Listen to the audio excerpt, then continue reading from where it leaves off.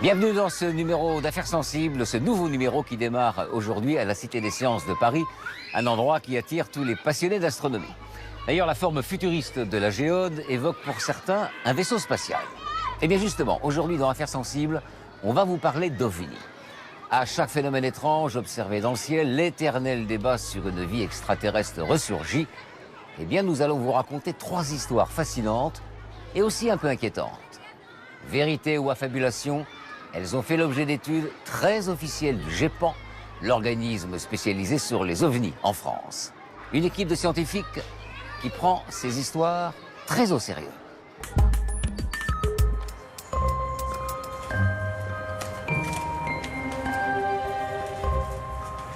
Quand on s'est intéressé aux histoires d'ovnis, on ne s'attendait pas à assister à une telle scène. Gilles va filmer toute la reconstitution. N'hésitez pas à pointer du doigt le phénomène ou à dire, selon vos souvenirs, comment vous êtes exprimé, ce que vous avez dit, etc. Donc on va y aller. C'est parti. Ce jour-là, les très officiels enquêteurs du GEPAN, un organisme public qui étudie les observations d'OVNI, font rejouer aux témoins le moment de leur étrange observation. Allez, je t'ai laissé le transat. Hé, regarde. Regarde, Cathy. C'était quoi? Je ne sais pas. Je ne sais pas, mais en tout cas, c'était pas une étoile filante, ça c'est sûr. Le 10 août 2023, Éric et Cathy Fourel ont aperçu 2 triangles oranges traverser le ciel en quelques secondes. Tu te rends compte, ça a traversé là, comme ça à peu près?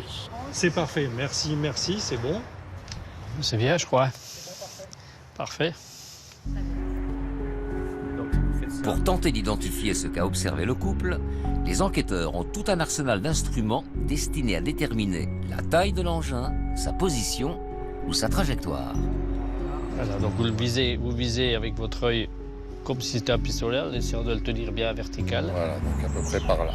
On est à 56 degrés. Hauteur angulaire initiale, 56 degrés. Et pour avoir une réponse, le couple va devoir patienter. Il faut en moyenne 4 mois aux enquêteurs pour rendre leurs conclusions. Parfait. C'est ici, au sein du très sérieux Centre national d'études spatiales à Toulouse, que se trouve le GEPAN, le groupe d'études et d'information des phénomènes aérospatiaux non identifiés. Créé en 1977, cet organisme est unique au monde.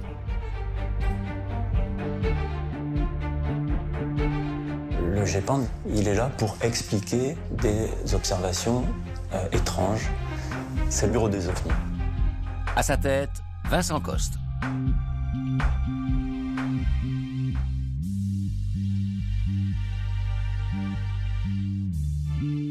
Alors j'aime beaucoup montrer cet exemple. Donc la personne observe le ciel et observe des dizaines de lumières dans le ciel.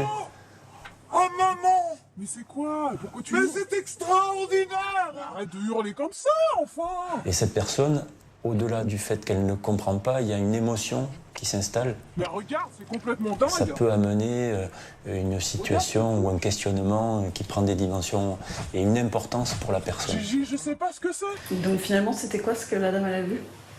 Donc là, il s'agissait de lanternes chinoises lâchées à l'occasion d'un mariage. Chaque année, le GEPAN reçoit en moyenne 700 signalements. Pour 60% d'entre eux, une explication tout à fait rationnelle est trouvée après enquête. Ces observations d'OVNI font des centaines de milliers de vues sur les réseaux sociaux. Avec en toile de fond cette question: sommes-nous visités par des habitants d'autres planètes? C'est pas un avion, c'est un alien. Nous allons revenir sur 3 cas troublants sur lesquels le GEPAN a enquêté.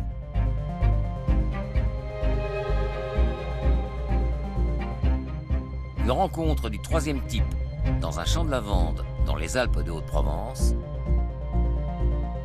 Il voit les 2 êtres en train de regarder par terre. Et de là, il se retrouve paralysé. Une histoire rocambolesque d'enlèvement extraterrestre à Cergy-Pontoise. Vous avez souvent des gens qui se font lever comme ça? Non. Dans les 24 heures qui suivent, là, il y avait 200 gendarmes qui cherchaient. Et on ne l'a pas retrouvé. Certaines de ces affaires ont finalement été résolues.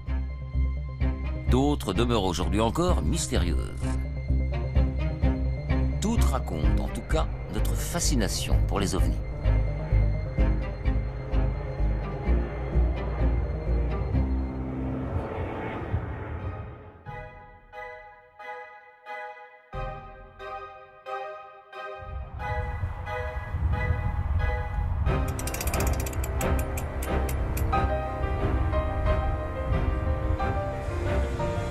Nous sommes le 28 janvier 1994. À 12h06, un Airbus A320 de la compagnie Air France décolle de Nice.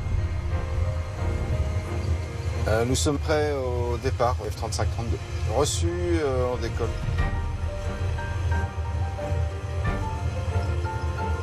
Pour reconstituer au mieux cette histoire... Et je vous arrête, on peut arrêter, on peut faire stop, fin de pause. Voilà, pause. Nous avons posé notre caméra dans un simulateur de vol. Allez, on défrise.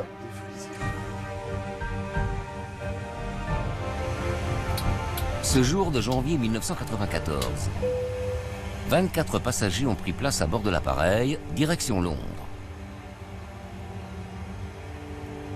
Arrivée prévue, 14h13.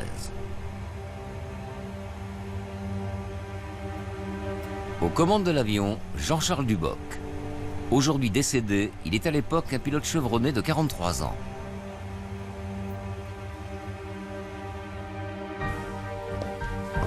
Luc Dini est ingénieur aéronautique. Il étudie les phénomènes aérospatiaux non identifiés et s'est récemment penché sur ce cas.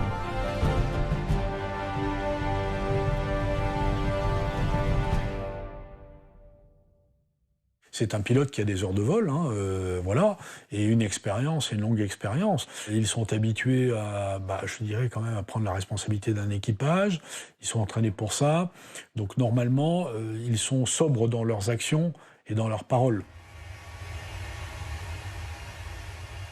Le vol se passe bien. Les conditions de navigation sont bonnes. Le temps est dégagé. La visibilité excellente.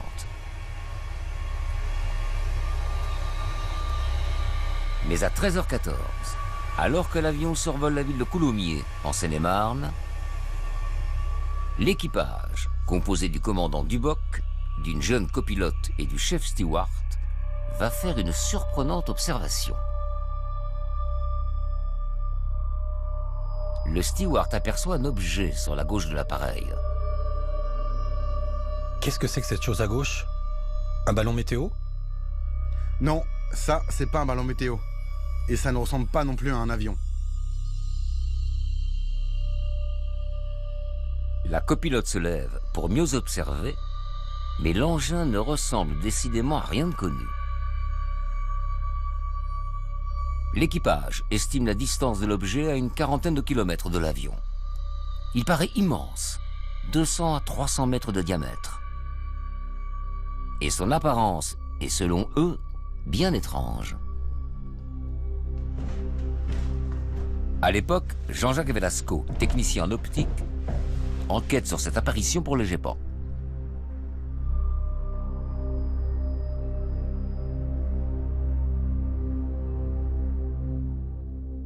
Les trois témoins sont unanimes pour dire qu'ils ont observé un objet qui était au début de couleur rouge foncé. Et ensuite, ça a varié pour aller vers le noir. Et la forme a varié également. C'était plutôt en forme de cloche. Et puis, ça s'est transformé progressivement en objet plutôt oblong, en forme de disque, voilà, enfin de lentille. Et puis, au bout d'une minute à peu près, l'objet va disparaître. Les bords vont devenir flous et l'objet va disparaître. Et là où c'est surprenant, c'est qu'un objet qui fait plusieurs centaines de mètres de dimension, qui est à 10 000 mètres au-dessus de Paris et qui disparaît brutalement, c'est pas commun. Stupéfait par cette observation, le pilote prend contact avec le centre de contrôle de la navigation aérienne de Reims. Paris, ici l'équipage du vol Air France 3532. On a en visuel à 10 heures un objet lumineux non identifié. Est-ce que vous avez des informations sur un trafic dans le secteur? AF 3532, non. Pas de trafic connu à proximité de votre position.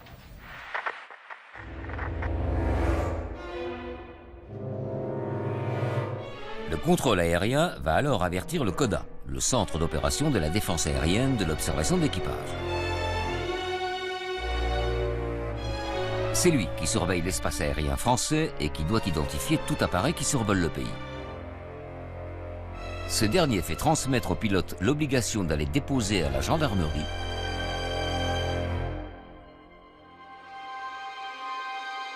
mais l'équipage n'ira jamais faire de compte-rendu.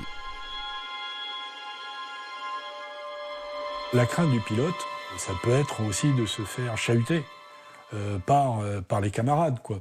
En disant, attends, tiens, tu as volé aujourd'hui, est-ce que tu as encore vu des lumières?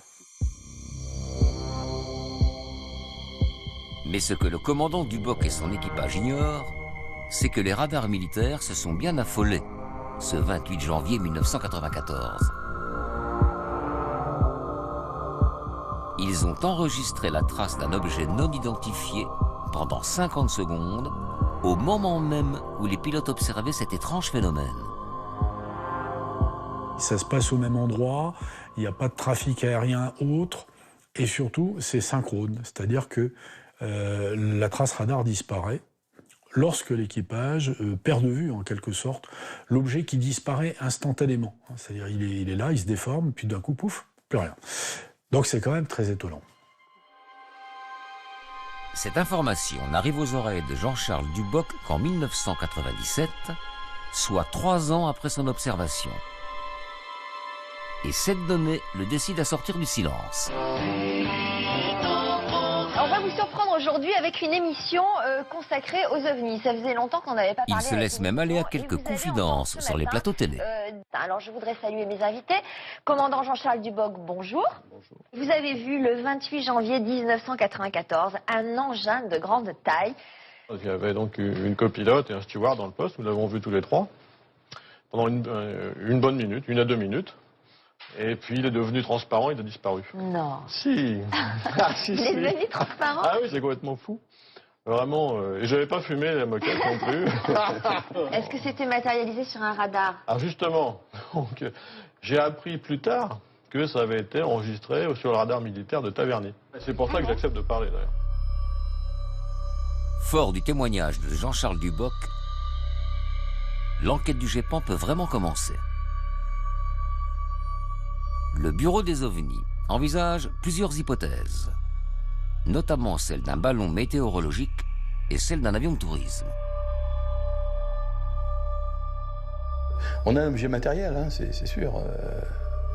Mais les caractéristiques d'évolution aéronautique ne correspondent pas à celles qu'on peut attendre d'un avion, d'un ballon, de quelque chose, d'un artefact qui vole, ça c'est clair.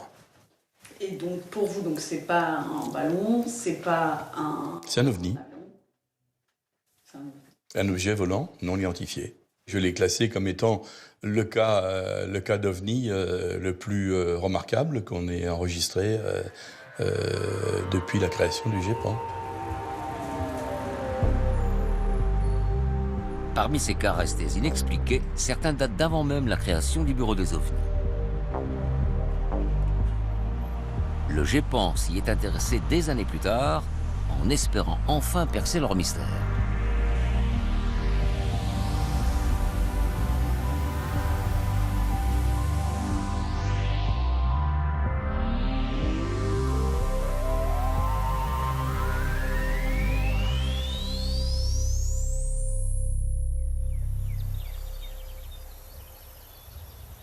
Valençol, commune de 3000 habitants, située à une quarantaine de kilomètres d'Aix-en-Provence.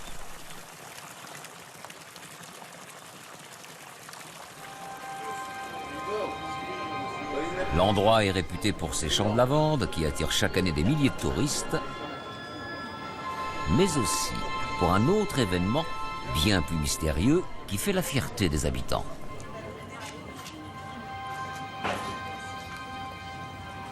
Voilà, le sol, c'est réputé, voilà, il y a les ovnis qui sont posés, et voilà.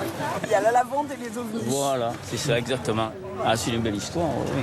Pour un petit village comme nous, ça a été une grande renommée. Hein. C'était un mystère, hein. Tout le monde était allé voir, et puis c'est vrai qu'il s'est passé quelque chose.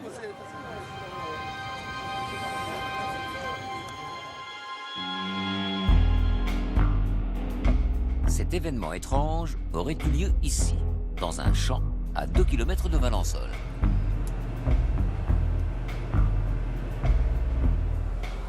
Regardez pas bien là. La parcelle appartient aujourd'hui à Léonard Masse, 31 ans, agriculteur sur la commune, comme son père et son grand-père avant lui.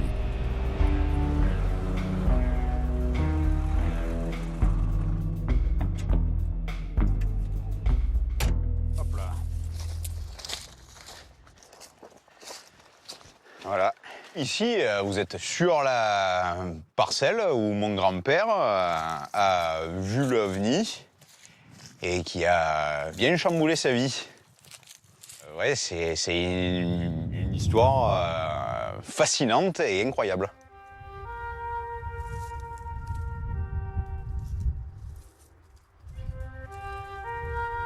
Son grand-père, c'est Maurice Masse, aujourd'hui décédé. À l'époque de son observation, l'agriculteur a 41 ans. Il est marié, père de 2 enfants, un homme ordinaire qui dit s'être confronté à l'extraordinaire ce 1er juillet 1965.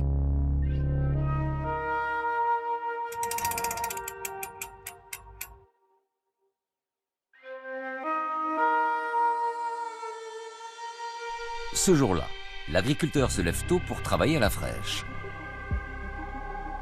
Il arrive dans son champ à 5h40. De là, il démarre son tracteur, on commence à biner ses lavandes. Puis tout d'un coup, il entend comme une espèce de bruit quand même assez strident. Intrigué, Maurice Masse descend de son tracteur et se tourne vers l'endroit d'où provient le bruit. Là, à une 60aine de mètres de lui, il observe un drôle d'engin. Son histoire, il l'a racontée à son ami Maurice Chassepoul, devenu sa voix depuis 60 ans. Passionné par l'affaire, il collectionne tout ce qui la concerne et se tient toujours prêt à nourrir la légende.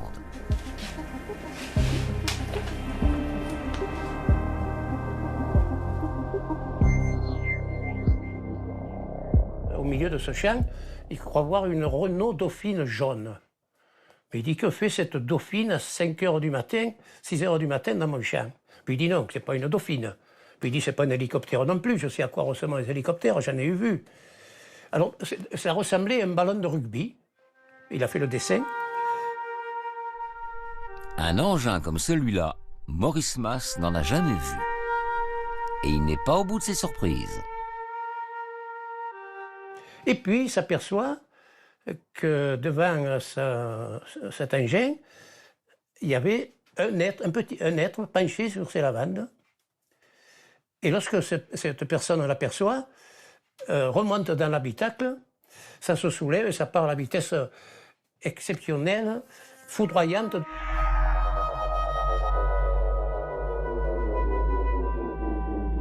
L'agriculteur reste bouche bée. Quelques minutes plus tard, il se rend à l'endroit où était posé l'objet. Une trace est visible. Comme un aspect de calciné. Comme si la terre avait brûlé et que plus rien n'avait subsisté à cet endroit-là. Sur le restant du champ, c'était normal, mais à cet endroit-là, plus rien. Puis il se dit, mais qu'est-ce qui m'arrive? J'ai eu une hallucination, j'ai quand même pas bu, j'ai pas rêvé. Et puis il a vu que la terre était toute comme striée comme un volcan. Et à l'espace de quelques heures, elle est devenue dure comme du béton armé, comme du ciment armé. Cette histoire, Léonard Mas l'a entendue de la bouche de son grand-père, dans les moindres détails. Un récit qui l'a marqué et qu'il n'a jamais mis en doute. Vous êtes sûr que c'est un extraterrestre? Ah ben oui, moi je pense que c'est des extraterrestres. Mon grand-père n'a jamais raconté d'histoire à qui que ce soit et sur quoi que ce soit.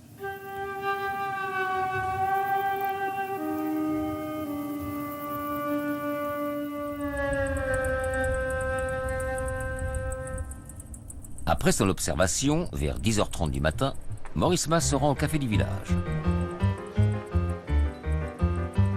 Là, il rencontre le patron, qui est aussi son ami, André Moisson, dit Dédé. Donc, il va voir Dédé, il va voir le pastis. Ah, ça, le pastis, c'est sacré, hein. L'agriculteur ne peut s'empêcher de lui faire part de son étrange observation. Vous ne pouvez pas garder ça pour vous, c'est pas possible. À un moment, il faut le dire, hein. Ça doit vous gonfler, il faut que ça sorte. C'est sorti avec Dédé. Selon ses proches, Maurice Mas ne veut pas que son histoire s'ébruite. Il fait promettre à son ami de ne rien révéler. Pourquoi il ne veut pas que ça s'ébruite? Ben pour éviter de passer pour un fou. Tout simplement. Sauf que ça s'est pas du tout passé comme ça. Dédé va avoir du mal à garder sa langue dans sa poche. Et dès le lendemain, la rumeur de cet événement incroyable se répand dans tout le village.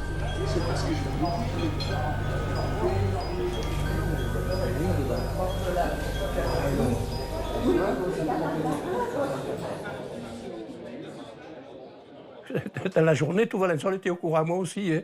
Une fois que c'est parti, la rumeur dans un village, je le dis à la voisine va vite le dire à l'autre, mais tu sais que Maurice Mas a vu ça, ben, c'est pas possible. Oui, c'est de la blague, ça c'est pas possible. Et voilà, comment ont réagi les Valençolais.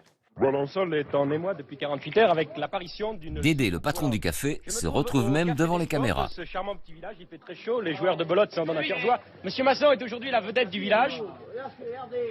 Vous fûtes en quelque sorte le confesseur de Monsieur Mas, qui était dans son champ lorsqu'est apparue cette soucoupe volante. Alors racontez-nous.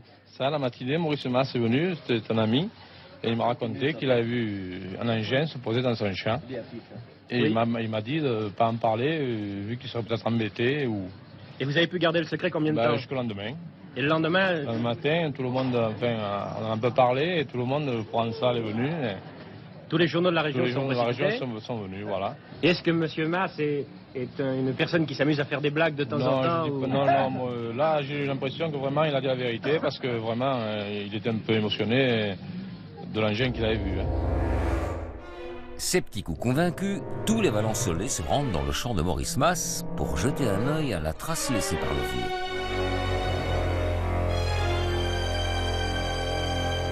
Quand ils ont vu le terrain comme il était, ils ont compris qu'ils ne pouvaient pas le faire. Même s'il avait voulu, c'était impossible. J'ai cru que ce qu'il avait dit, il avait vu, et d'ailleurs je le crois toujours, sinon je ne serais pas aujourd'hui en train de vous en parler, si j'avais même eu un doute. En quelques heures, l'affaire arrive aux oreilles des gendarmes. Le 2 juillet 1965, au lendemain de cette apparition, ils entendent Maurice Mas et l'accompagnent sur la parcelle. Là, ils constatent la présence d'une trace insolite d'1,20 m de diamètre en forme de croix. En son centre, il y a un trou cylindrique d'une quarantaine de centimètres de profondeur.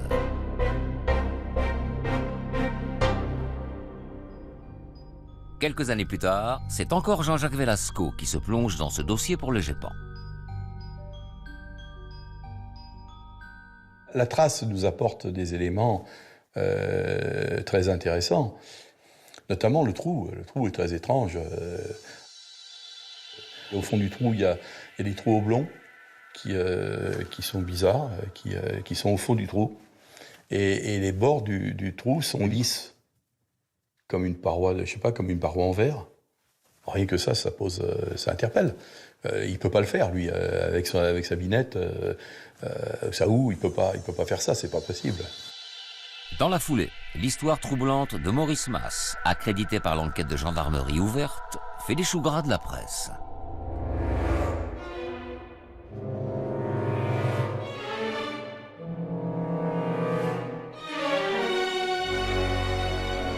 Tous relaient l'histoire de la soucoupe de Valençol.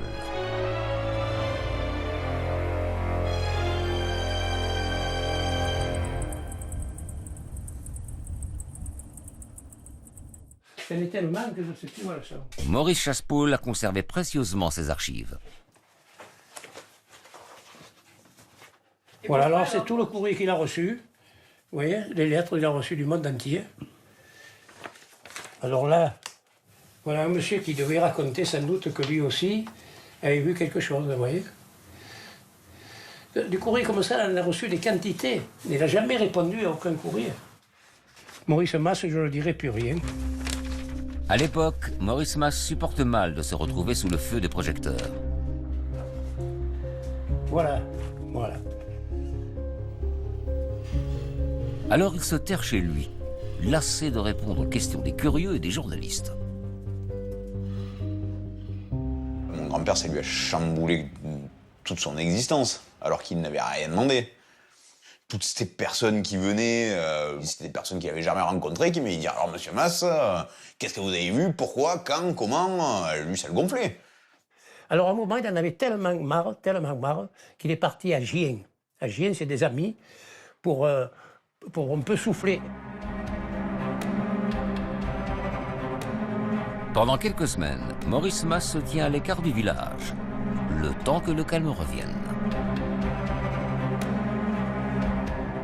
Le 18 août, il est de retour à Valençol. Et un nouveau rebondissement va avoir lieu. À 17h15, l'agriculteur se rend de son propre chef à la gendarmerie. Nous nous sommes procurés les procès-verbaux de cette audition. Voilà ce que Maurice Mas déclare aux gendarmes. Lorsque vous m'avez interrogé le 2 juillet, je ne vous ai pas révélé tout ce que j'avais vu, car c'était tellement extraordinaire que j'ai eu peur que l'on me prenne pour un fou.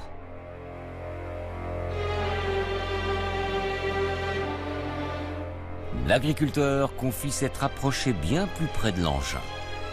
Et ce n'est pas un, mais deux êtres qu'il a pu observer. Un des deux s'est relevé, pas plus grand qu'un gamin de 9 ans. Une grosse tête, tout petit, pas de bouche, un genre de trou. Et Maurice Mas va faire une révélation encore plus incroyable aux gendarmes. L'un des deux a fait un geste de la main dans laquelle j'ai distingué un objet. À ce moment, j'ai été immobilisé, sans pouvoir faire un seul mouvement.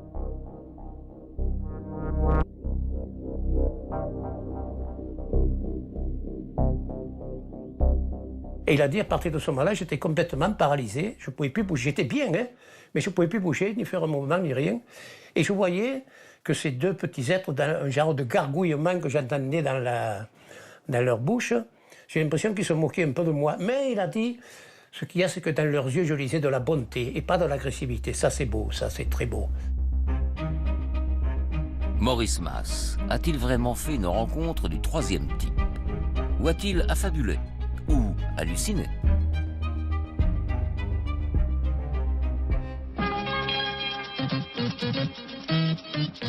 Madame, mademoiselle, monsieur, bonjour. Encore un attentat en Italie. Jean-Claude Bourret, vedette de la télévision et spécialiste des ovnis, a couvert cette histoire. Il n'a jamais douté de la fiabilité du témoin. Oh, merci infiniment.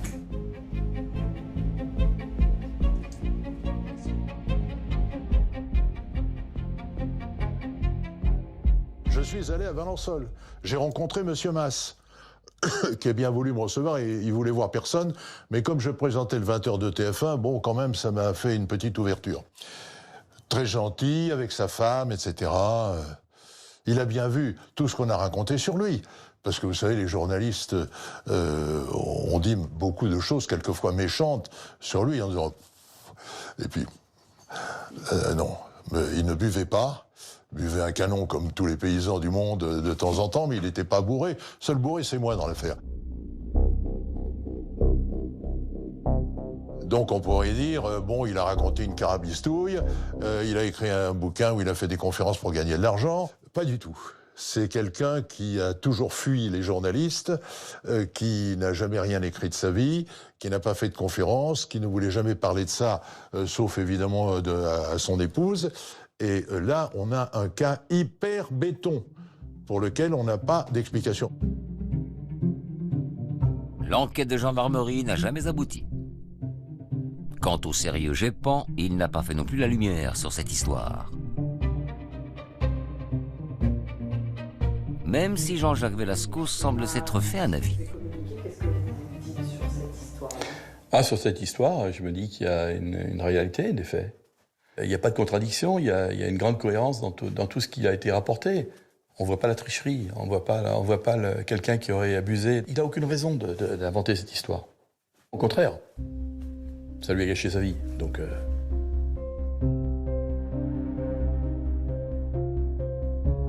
En tout cas, Maurice Mas n'aura jamais changé de version, jusqu'à sa mort, en 2004.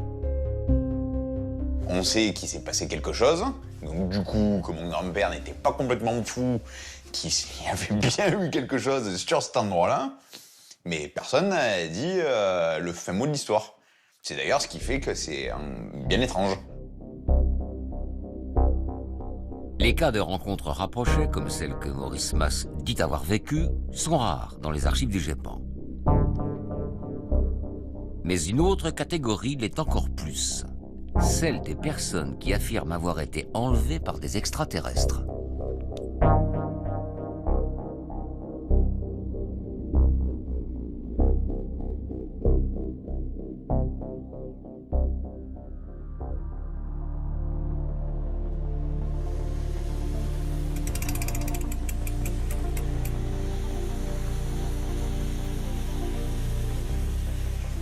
Cergy-Pontoise, 26 novembre 1979. Il est 5 h du matin quand la gendarmerie reçoit un coup de téléphone de deux jeunes hommes paniqués.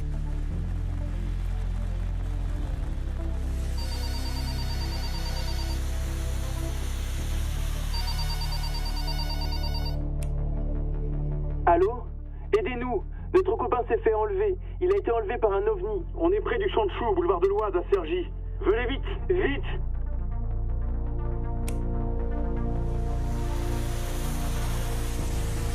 L'appel est plutôt inhabituel pour les gendarmes, mais ils décident de se déplacer.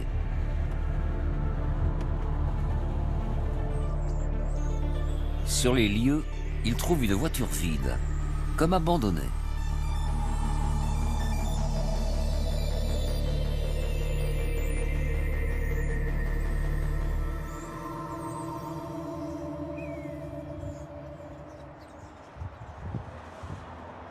L'appel a été passé à une centaine de mètres de là, dans un quartier au nom original, la Justice Mauve.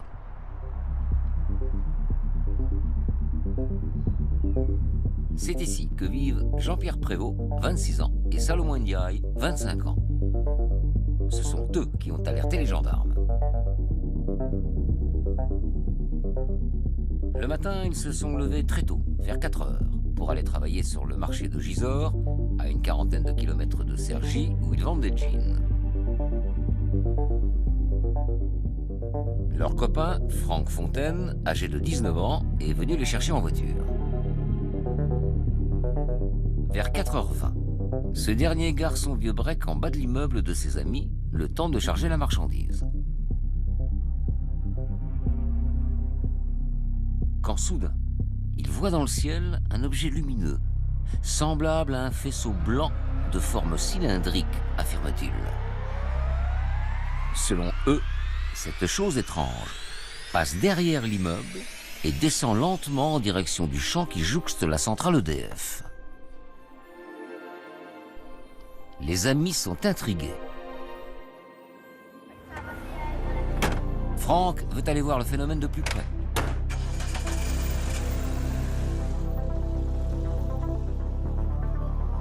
Il le suit avec sa voiture. Pendant ce temps, Jean-Pierre et Salomon remontent à l'appartement chercher un appareil photo.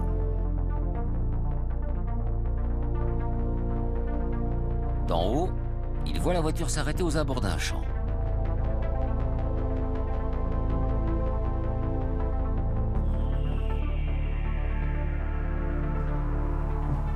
Jean-Pierre Rospard, ingénieur agronome de formation, a rencontré les témoins de cette affaire hors du commun pour le compte du GEPAN.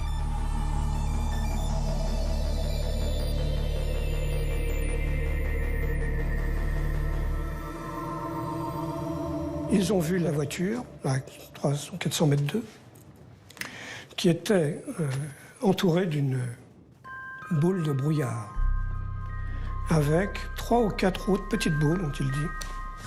Donc ils se sont rapprochés de la voiture, et il n'y avait personne à l'intérieur, que Franck avait disparu. Mais où est donc passé Franck Fontaine? D'après ses amis, il s'est tout bonnement évaporé.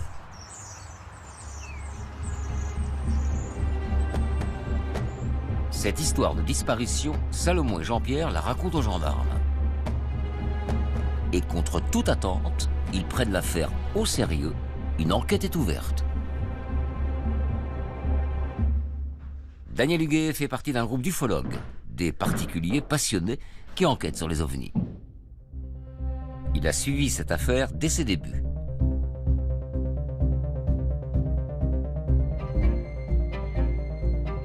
Dans les 24 heures qui suivent, là, il y avait 200 gendarmes qui cherchaient. Il y avait l'armée, la gendarmerie, il y avait tout le monde qui était là, qui fait des battues et tout pour le retrouver, et on ne l'a pas retrouvé. Cette incroyable disparition va rapidement intéresser la presse.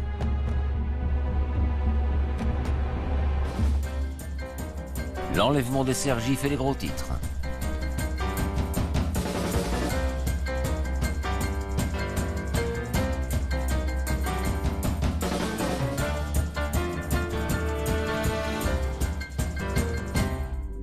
En attendant, le temps passe et Franck Fontaine est toujours aux abonnés absents. L'enquête de gendarmerie patine jusqu'au 3 décembre. Ce jour-là, à 4 heures du matin, Franck Fontaine serait réapparu dans le champ de choux, à l'endroit même où il avait disparu une semaine plus tôt. Alors l'intérêt des médias redouble. Et tout le monde veut interroger les trois compères. Je voulais pas y croire. 8 jours, ça faisait beaucoup. Franck Fontaine et les deux amis qui avaient assisté à sa disparition la semaine dernière ont été entendus toute la journée par les gendarmes. Franck Fontaine ne se souvient plus de rien. Un grand trou noir de 6 jours et 23 heures. Une rencontre du troisième type qui aurait un peu duré. L'histoire de Franck Fontaine est tellement invraisemblable que les gendarmes doutent de la véracité des faits rapportés. Mais les versions des témoins concordent.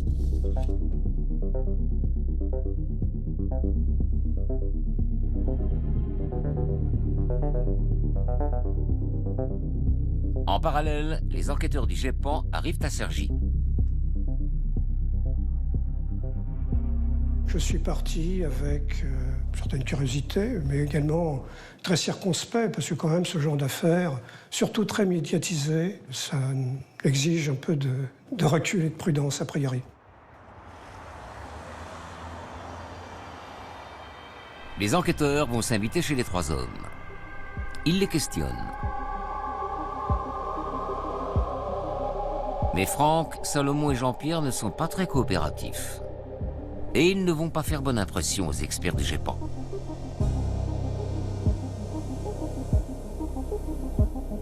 Alors il est clair, à l'issue de cet entretien, qu'on a affaire à un milieu de petite délinquance, de gens qui vivent dans l'immédiateté, sans voir au lendemain. La notion de vérité, pour eux, ça semble quelque chose en dehors de leur conception. Pas de quoi déstabiliser les 3 jeunes hommes qui ont décidé de tirer profit de leur rencontre avec les extraterrestres. Aidés par des ufologues privés, ils publient un livre dans lequel ils racontent le détail de leurs aventures. Vous dites que vous êtes en contact. En contact avec qui exactement? Avec ce que les gens appellent des extraterrestres et qui sont pour moi des gens d'une autre civilisation que la nôtre. Et c'est quelque chose de bien concret. Ils existent et j'ai contact avec eux. Ouais. Jean-Pierre Prévost fait une autre révélation. Les extraterrestres reviendront à Cergy le 15 août 1980.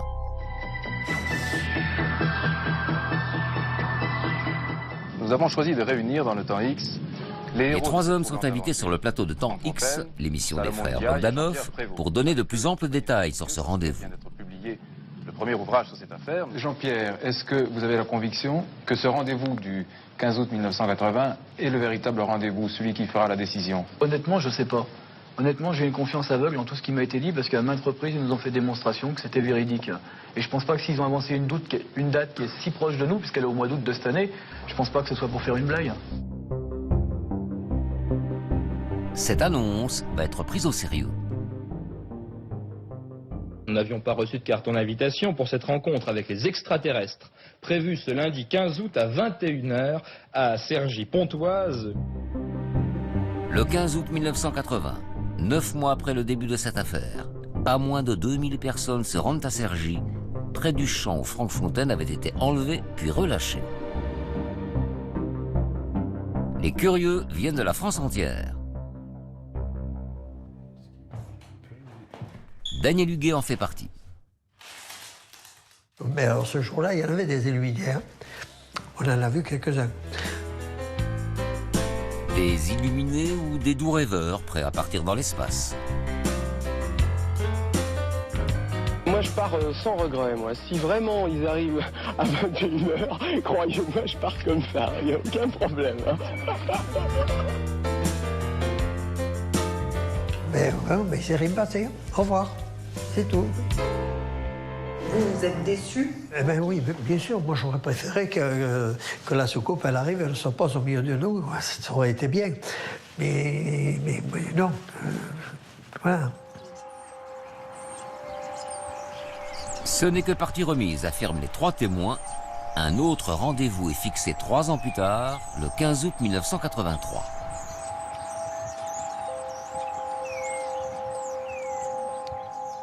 Mais entre-temps, le GEPAN publie son rapport d'enquête.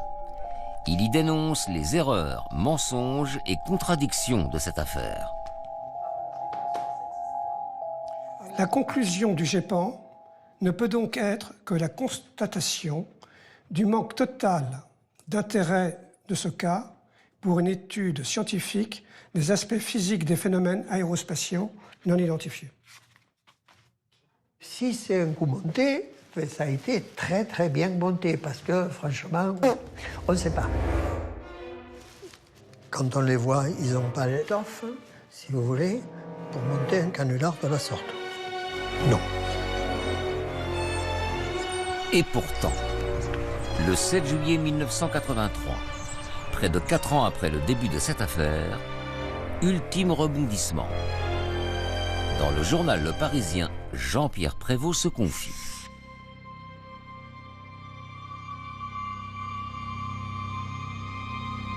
J'affirme que l'affaire de Cergy est bidon du début à la fin. J'en suis le seul responsable. Franck Fontaine a passé les 8 jours de sa disparition dans l'appartement d'un ami à Pontoise.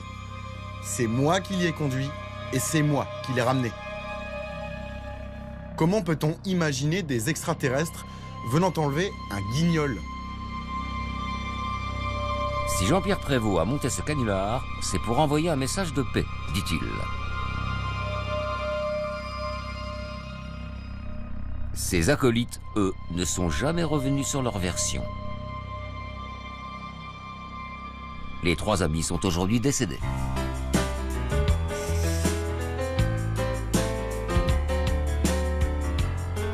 Malgré la révélation du canular, le 15 août 1983, des centaines de personnes se pressent une fois de plus au rendez-vous fixé par les extraterrestres.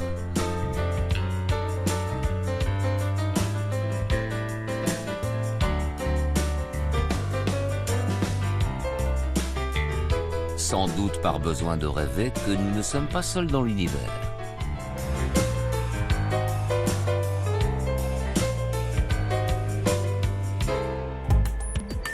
Ainsi se termine ce numéro d'Affaires sensibles. Enquête signée Marine Hague, Patrice Caillonneau, Vincent Barral et Michel Pignard pour France TV Presse. Vous pouvez revoir l'émission en replay sur France.tv et bien sûr, nous on se retrouve à la radio du lundi au vendredi à 15h sur France Inter. Au revoir.